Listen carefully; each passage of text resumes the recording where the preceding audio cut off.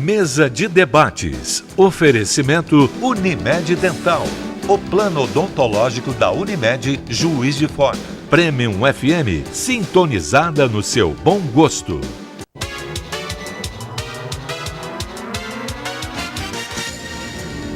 Olá, hoje é quinta-feira, dia 4 de outubro. Está começando mais uma mesa de debates aqui pela TVE Juiz de Fora. Para a gente é um prazer, uma felicidade começar mais um dia na sua companhia. Para a gente é sempre um prazer. Muito obrigado, tá, por nos receber na sua casa. Eu já te faço um convite para a gente ficar junto hoje até meio-dia. Hoje nós vamos conversar sobre um acordo que prevê a redução na quantidade de açúcar que a gente consome diariamente. E falaremos também sobre tudo que você precisa saber para votar certo nesse final de semana. Agora eu apresento para vocês os debatedores do nosso programa de hoje. Bom dia, Janaína, tudo bem? Bom dia, Caio. Bom dia, telespectadores. Bom dia, Rogério. Eu ia falar esse técnico, eu já estou tão acostumada. Bom dia, Arnaldo, Mari, Mauro. Um prazer ter vocês aqui com a gente. Hoje vai ser ótimo. Com certeza. Como sempre. Bom dia, Rogério, tudo bem? Prazer te receber aqui na quinta-feira. Dia atípico, né? Dia atípico, e estamos aí para ajudar, né? Bom dia, Caio, Janaína, doutor Mauro, doutora Mari, doutor Arnaldo. A todos os telespectadores e as telespectadoras que estejam nos assistindo, mais uma vez, né, como sempre, programa de muita utilidade pública, né? Com certeza. Agora eu apresento para vocês os nossos convidados, o pessoal que vai permitir que a gente tenha um bom programa, né? A gente recebe a nutricionista, parceira aqui da mesa, Mari Tabet. Bom dia. Bom dia a todos, bom dia, Lisa. Bom dia. Vamos ver o que a gente pode estar ajudando hoje, telespectadores aí. Com certeza. É? A gente sempre aproveita também para fazer a nossa consulta, né? Por isso que a gente trouxe dois, porque melhor do que um, né? Para tirar a dúvida de todo mundo, a gente recebe também o nutricionista Arnaldo Pinheiro. Bom dia. Bom dia a todos da mesa. É com muito prazer que eu venho aqui para poder ajudar, para somar, para orientar as pessoas no domicílio. É um prazer para a gente receber. A gente recebe também o juiz eleitoral Mauro Pitelli. Bom dia. Bom dia, Caio. Bom dia a todos os integrantes da mesa. Hoje nós vamos falar sobre algumas dicas para o eleitor, né, e desfazer algumas fake news também. Com certeza, muito obrigado. Bom, nesse próximo domingo, dia 7 de outubro, cerca de 147 milhões de brasileiros são esperados para votação. Nesse dia, as pessoas vão poder votar nos candidatos a deputado federal, deputado estadual, 2 senadores, governador e presidente. Mauro, você já anunciou que vai tentar tirar as dúvidas do pessoal, mas também desmistificar algumas informações falsas. Por exemplo... está rodando aí no WhatsApp, né, uma informação de que se a pessoa votar parcialmente, o voto todo seria nulo, o que não é verdade, né? Nós vamos ter 6 votações independentes uma da outra, né?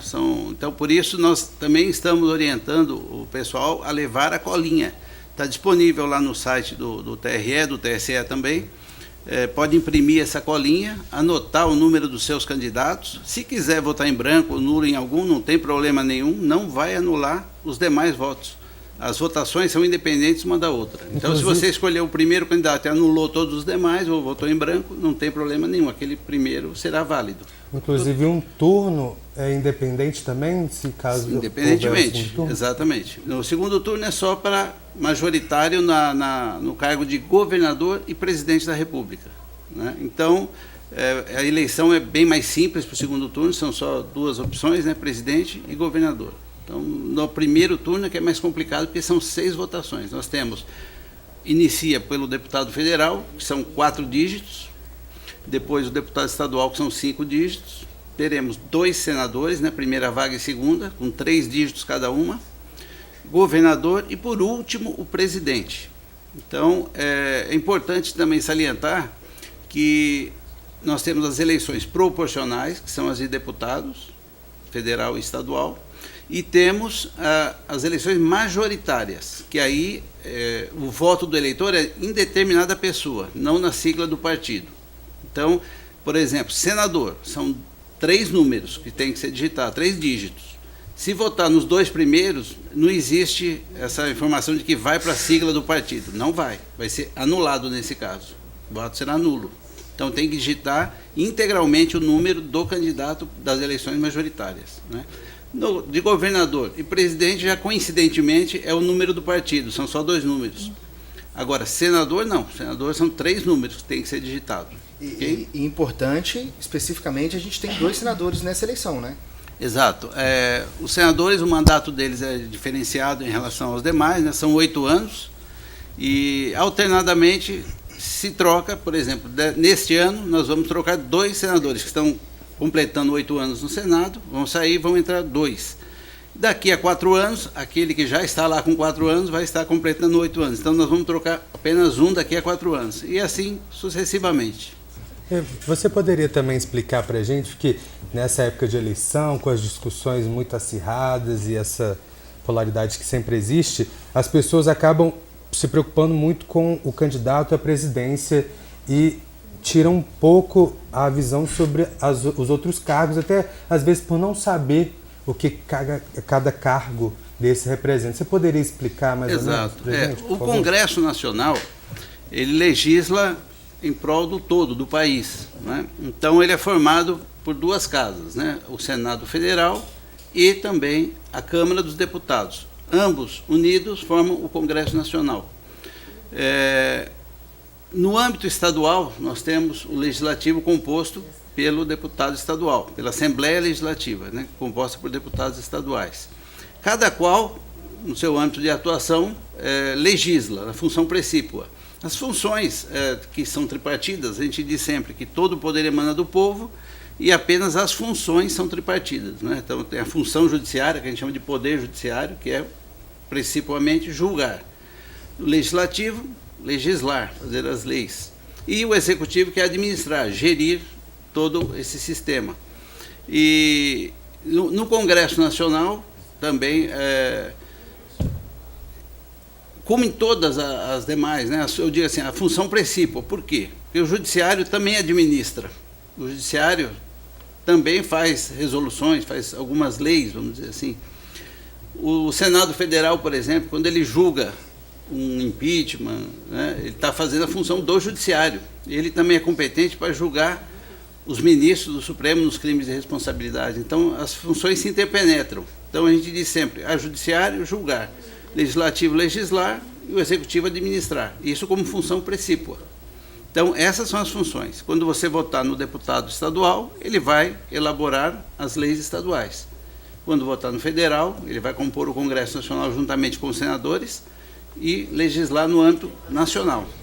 Okay? E o governador é o administrador do Estado e o presidente o administrador da União. E essa administração, eles se valem de ministros, no caso do presidente, ele nomeia os ministros, né, ministro da Cultura, ministro do Trabalho, ministro da Justiça, etc. E no âmbito estadual, esse mesmo cargo se chama secretário, né, assim como no âmbito municipal também, secretário municipal de saúde, secretário, etc. É assim que funciona. Então, nós vamos voltar para todos esses cargos, né?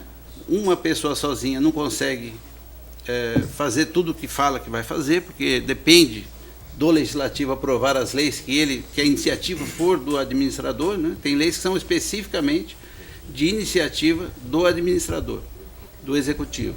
Mas se ele não tiver maioria no Congresso, ele não consegue governar, né? O que se diz muito hoje, fala de governabilidade. Precisa ter governabilidade. Tá?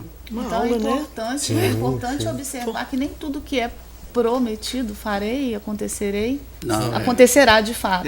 Na verdade, a gente vê muita propaganda, né? Um candidato fala assim, eu lutarei pelos direitos, né? Uhum. Então, esse está correto, ele vai lutar, ele vai defender um determinado direito. Agora, o sujeito que fala, eu farei isso, vou baixar a idade penal, vou aumentar, vou baixar o imposto, etc. Ele depende do Congresso Nacional para legislar. Na verdade é essa. Quando a gente começa a aprender mais sobre política, discutir, a gente descobre que esse é um jogo muito complexo, que você precisa convencer, buscar alianças. As interdependências que ele falou, né? Tudo isso, um depende do outro. Eu pretendo atuar nessa área, então ele vai propor, na verdade. Quem vai decidir é o Congresso, né, o Legislativo. É um jogo de xadrez, é super estratégico. Deixa eu fazer uma pergunta aqui. Se eu não me engano, eram 6 juízes eleitorais. Sim. E passaram a ser 4 agora. Exato. Isso vai acarretar em algumas mudanças de zona eleitoral, é isso? Exato. Nós éramos, por exemplo, em Juiz de Fora, nós tínhamos municípios também que eram integrados à zona de Juiz de Fora, que eram Chácara, Belmiro Braga. Então, esses municípios foram retirados. Hoje, Juiz de Fora é só Juiz de Fora. E, ao invés de 6 juízes, fomos reduzidos para 4. Então, 4 zonas eleitorais em Juiz de Fora. Como nós tínhamos 2 zonas a mais, aqueles eleitores que estavam alocados nessas zonas que foram extintas, como a 154 e 155, eles foram redistribuídos para as demais zonas eleitorais. Então, pode acontecer de um eleitor que na eleição passada votou em determinado local e ter sido alterado. Mas eu quero tranquilizar a população dizendo que no site do TRE e do TSE, nos 2 sites, existe lá um link local de votação, onde você digita o número do seu título, dos seus dados, e vai lhe dar toda a informação necessária, o número da sessão, o endereço da sessão, a sala, tudo certinho. Eu usei esse link, só alertar aí quem está nos assistindo agora, você pode entrar com o número do seu título ou com o seu CPF. E aí ele pede ali o nome da mãe. Exato. Só que aí tem a questão de estar no nome de solteiro, o nome de casado e tal. E tem, logo do lado direito, a gente tem a opção de colocar não consta, né? E aí quem estiver tendo essa dificuldade por conta do nome, não saber como é que está no título de eleitor, a gente consegue também visualizar da mesma forma. Exato. Continua o aplicativo ainda? O aplicativo o e-título, no caso? Sim, sem dúvida. Tá. O e-título, ele pode ser baixado mesmo por quem não fez biometria, né? Porém, ele não vai vir com foto para quem não fez biometria. É obrigatório, no dia da eleição, levar documento com foto. Né? E isso é que identifica o eleitor. Nós orientamos os presidentes de sessão no seguinte sentido: como eles estão representando a Justiça Eleitoral, né, o Poder Judiciário, nós temos os princípios: eficiência, transparência, moralidade, etc. Né? Então, nós temos que ser transparentes. Então, não basta uma pessoa chegar na sessão eleitoral e nada que a gente faz é escondido, é tudo muito público. Inclusive, nós fazemos questão de ter os fiscais dos partidos na sessão eleitoral, fiscalizando, fazendo a função deles, né, que são respeitadíssimos nessa função. E nós orientamos, então, os presidentes. Por exemplo, chega uma pessoa na sessão eleitoral que é vizinha do presidente. Então, o presidente conhece a pessoa, sabe que ele é o fulano de tal. Mas os demais não sabem. O fiscal que está ali não sabe. Então, ele tem que demonstrar aos olhos de todos que aquela pessoa é quem diz ser. Isso só se prova com o documento, com fotografia. Tá? Então, não adianta levar a certidão de nascimento. Não basta que a pessoa conheça. Né? Aquilo que a gente diz, não basta ser, tem que parecer, tem que ser transparente. Esse é o princípio da moralidade, né, da transparência. E o documento é um documento oficial, CNH, carteira de identidade? Exato, carteira de trabalho, carteira funcional. Tem que ter a foto. Tem que ter a foto da pessoa que a identifique. Tá ok. A gente vai pausar a nossa conversa rapidamente e vamos para o primeiro intervalo do nosso programa de hoje.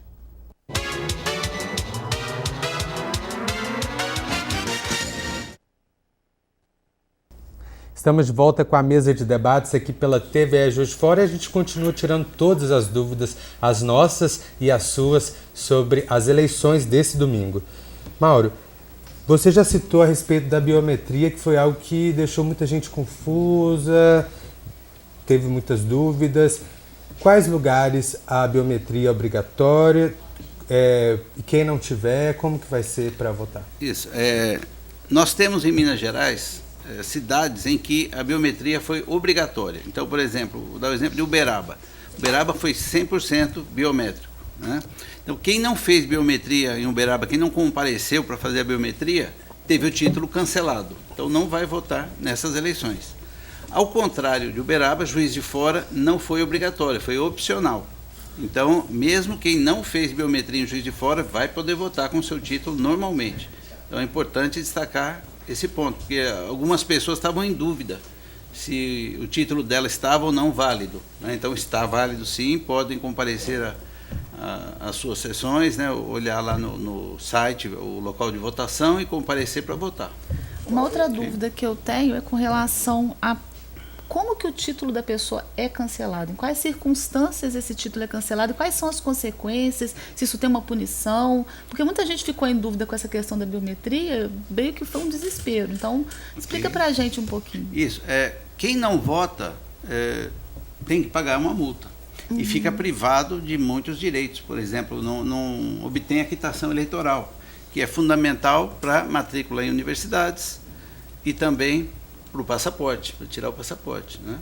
Então, se a pessoa deixou de votar 3 anos seguidos, mas ela justificou, ela está regular com a Justiça Eleitoral, não tem problema nenhum. O problema é ficar 3 anos sem justificar, sem votar, né? Sem justificar o voto e sem votar, ficar alheia a tudo. Aí, nesses casos, o título é cancelado. Okay? E para quem não votou em um ano e foi no outro ano, votou normalmente, a dificuldade dele vai ser a obtenção da quitação eleitoral referente àquele ano que não foi, até que ele justifique ou pague a multa. A pessoa que chega na zona eleitoral para votar, ela chegando embriagada, ela vota?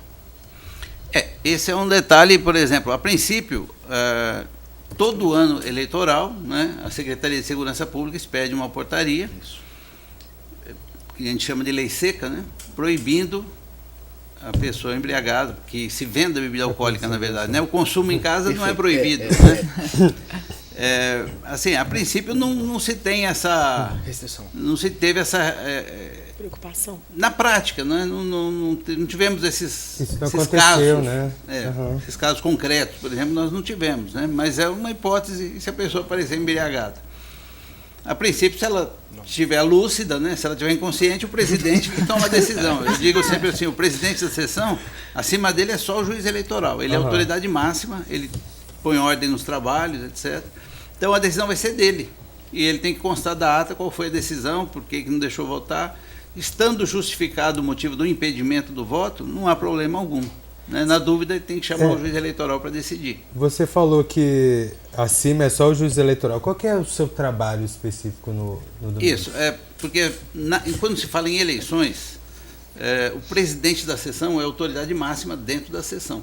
Então, não adianta chegar lá no dia um outro juiz que não seja da Justiça Eleitoral, um general, um deputado, entendeu? Que ninguém tem mais autoridade dentro da sessão eleitoral do que o presidente da sessão. Então, ele é o responsável por pôr ordem na sessão eleitoral, pode requisitar a polícia militar, inclusive, que a polícia militar ela tem que ficar a 100 metros de distância do local, mas, uma vez requisitado, o presidente manda chamá-lo, tem que atendê-lo, para pôr ordem no local. Mas aqui todo poder, como a gente diz, tem que ser exercido com muito bom senso.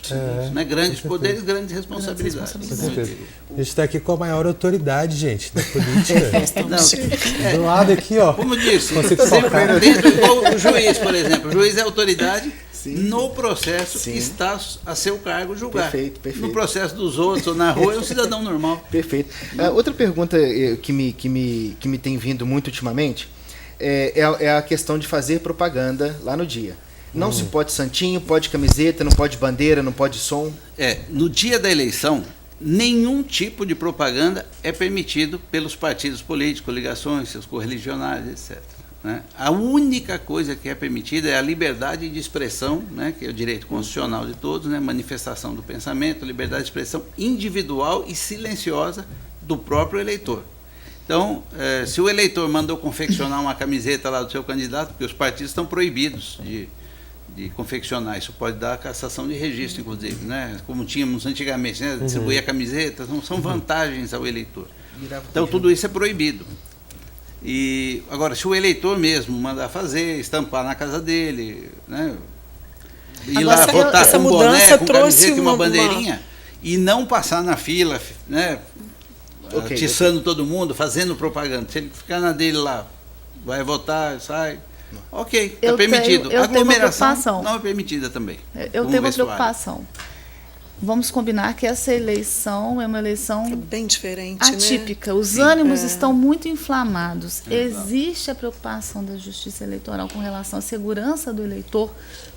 Sim, no caso de debates mais inflamados, de discussões, porque a gente tem visto isso claramente aí. Né? Essas eleições que a gente chama de eleições federais, né, porque a municipal é interna, né, aqui, que é onde tudo acontece, né? Registro de candidatura, etc., elas são mais acirradas. Essas eleições, normalmente, era para ser muito mais tranquilas, né? Eram para ser, assim, super tranquilas. Era, né? No trabalho da Justiça Eleitoral. Mas devido a tudo o que tem acontecido, né, no nosso país, o Lava Jato, essa divisão de lado A e lado B, isso é que nos preocupa também, né? As polícias estão orientadas, né? Os policiais não terão férias, eles vão todos estar em atividade no dia das eleições, né?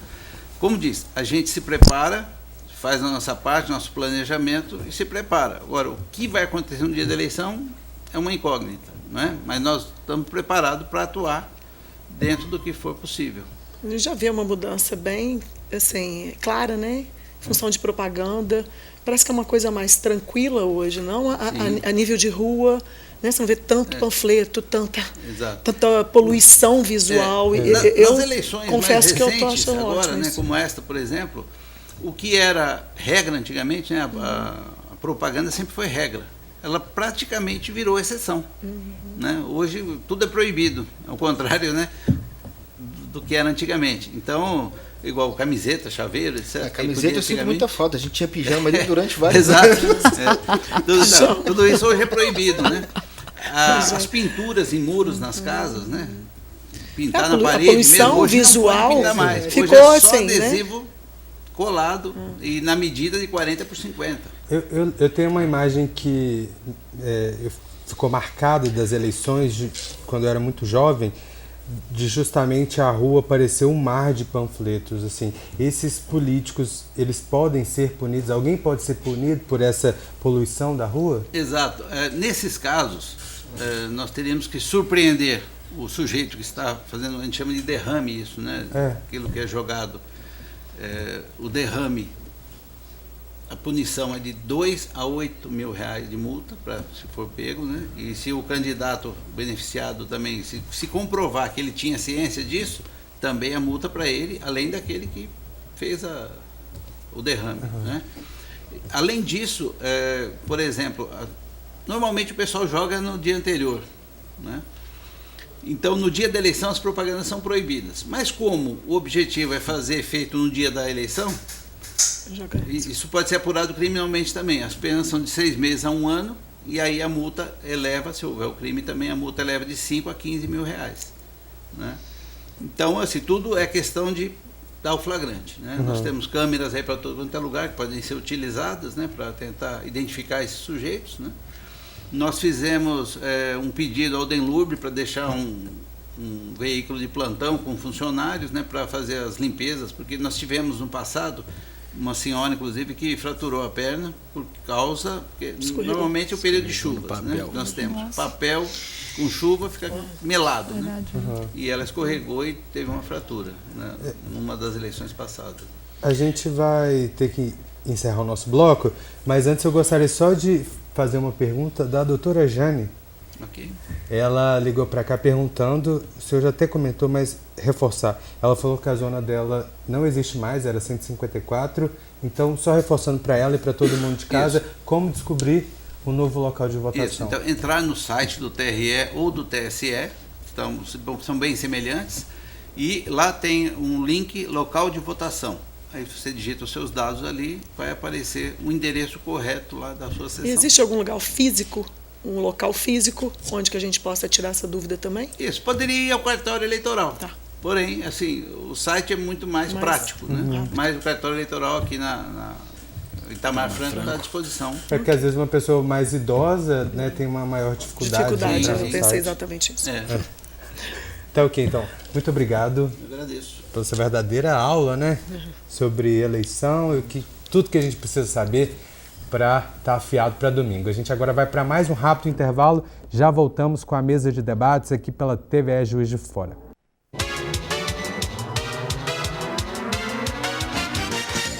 Mesa de debates. Oferecimento Unimed Dental. O plano odontológico da Unimed Juiz de Fora. Premium FM, sintonizada no seu bom gosto.